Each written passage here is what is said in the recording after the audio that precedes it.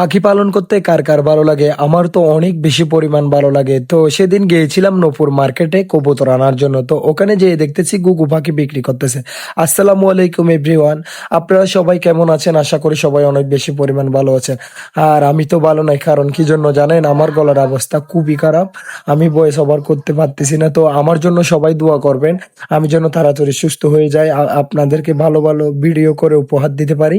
তো যাই হোক, এক জোড়া কবুতর নিয়েছিলাম 700 টাকা দিয়ে, এক জোড় ঘুঘু পাখি নিলাম 600 টাকা দিয়ে, এক জোড় তিথি মুরগি নিয়েছি 600 টাকা দিয়ে। তো অনেক দিনের ইচ্ছা ছিল তিথি মুরগি ঘুঘু পাখি এগুলো পালন করব। আমাদের বাড়িতে কবুতর পালন করতেছি 2 বছর ধরে। যাই হোক, সবকিছু নিয়ে নিউ মার্কেটের মোড়ে চলে আসলাম। ওখানে এসে দেখতেছি শরবত বিক্রি করতেছে ঠান্ডা ঠান্ডা। আমি এক গ্লাস ওখান থেকে শরবত খেয়ে নিলাম। নিউ মার্কেট জেলে না গায়ে আমার যেটা দেখি সেটাই নিতে মন চায়। তো ওখানে ফুটপাতে জুতা বিক্রি করতেছে, আমি ওখান থেকে একজন সুন্দর থেকে জুতা নিয়ে নিলাম। তো কেমন হয়েছে জুতোগুলো দেখেন তো। তো কমেন্টে জানাবেন। আজকের মধ্যে এখানেই বিদায় নিচ্ছি, দেখা হবে নতুন ভিডিওতে। সবাই ভালো থাকবেন।